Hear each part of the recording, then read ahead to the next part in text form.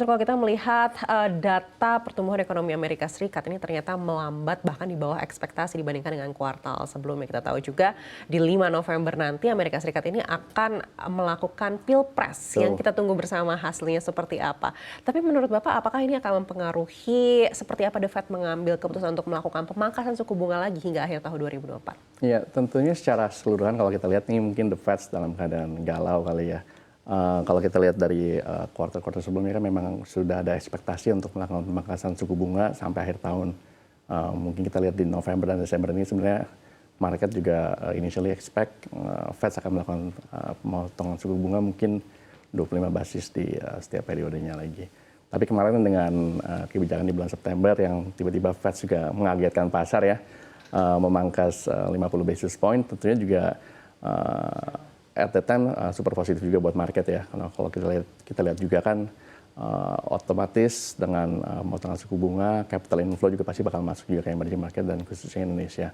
Nah, tapi dengan perlambatan ekonomi dan juga kemarin banyak indikator yang dirilis, khususnya di minggu lalu ada tone bahwa mungkin Fed bakal ada kemungkinan untuk menunda gitu. Jadi sempat ada periode di mana market secara overall tuh expect Fed ada kemungkinan tidak menurunkan suku bunga di bulan November ini. Makanya kalau kita lihat kan yield di US juga sempat spike, bond sempat sell off, dan tentunya indikasinya juga masuk ke Indonesia ya, di mana kita punya 10 years government bond juga sempat spike dari level 6,4 sampai 6,8. USD kita juga, USD IDR juga tentunya sempat melemah juga untuk Indonesian rupiah, dan juga ini efeknya juga masuk ke sektor saham.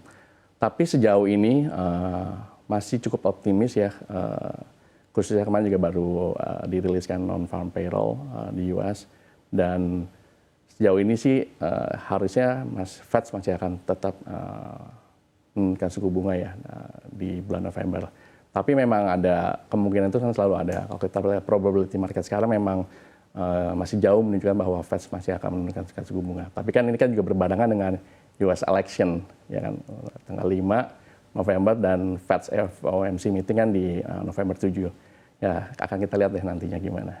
Baik, di sisi lain kita lihat rupiah ini sudah di 15.700 ya. Dan juga harga emas ini kembali menyentuh all time high. Apakah dari pengamatan Bapak memang sudah terjadi switching mungkin dari emerging market seperti kita ke safe haven seperti emas? Ya, tentunya di tengah kondisi yang uncertainty ya, volatilitas tinggi, tentunya banyak market juga menekan, dan geopolitical tension juga masih cukup berpengaruh tentunya, dan banyak juga dari investor dan market yang mulai switching secara bertahap. Dan ini mungkin kalau kita lihat kan gradually ya, bukan hanya tiba-tiba dalam waktu 3 hari dan seminggu, tapi ini kan gradually kalau kita lihat emas memang sudah mulai banyak yang switching ke safe haven assets. Baik. Kembali lagi ke US election di 5 November nanti. Kalau berkaca dari election sebelumnya, seperti apa tren pergerakan indeks dolar di saat itu terjadi dan sebelum itu terjadi? Kalau kita lihat secara historical sih, mungkin pas the moment of announcement itu volatilitas pasti bakal tinggi ya. Karena kita lihat, kalau kita lihat sekarang juga masih banyak yang menerka-nerka siapa yang akan menjadi pemenang US President atau President-elect di bulan November. Tapi kalau kita secara historical sih, sejauh ini mungkin volatilitas tetap akan di beberapa periode awal, tapi setelah mungkin kebijakannya udah mulai take into account dan lebih jelas, market juga lebih mengerti, secara historical sih kita lihat juga positif ya. Baik, kalau kita berkaca pada survei, ini banyak survei yang mengatakan Trump relatif lebih unggul daripada Kamala begitu, dan kita tahu ketika Trump dulu menjabat seperti apa ini akhirnya mempengaruhi pasar keuangan dunia karena kebijakan-kebijakannya yang dinilai sedikit lebih ekstrim. Lebih ekstrim ya. Kita berkaca kalau dari pemerintahan yang pertama kan mungkin market sempat shock ya initially, tapi at the time mulai comeback juga dan recover. Di pemerintahan yang kedua ini kita juga belum melihat secara detail kebijakan-kebijakan apa yang akan dilakukan, sama seperti pemerintahan kita sekarang. Mungkin overall grand scenario-nya secara blueprint kita udah tahu, tapi dari kebijakan detail yang dilakukan oleh setiap departemen dan setiap kementerian itu kan belum jelas ya kebijakannya.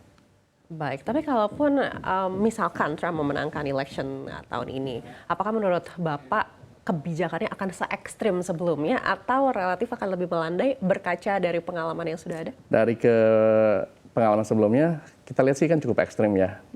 Mungkin di pemerintahan berikutnya kita lihat sih mungkin bakal lebih sedikit melandai ya. Baik, lalu antisipasi apa yang harus kita siapkan, terutama untuk aset-aset emerging market?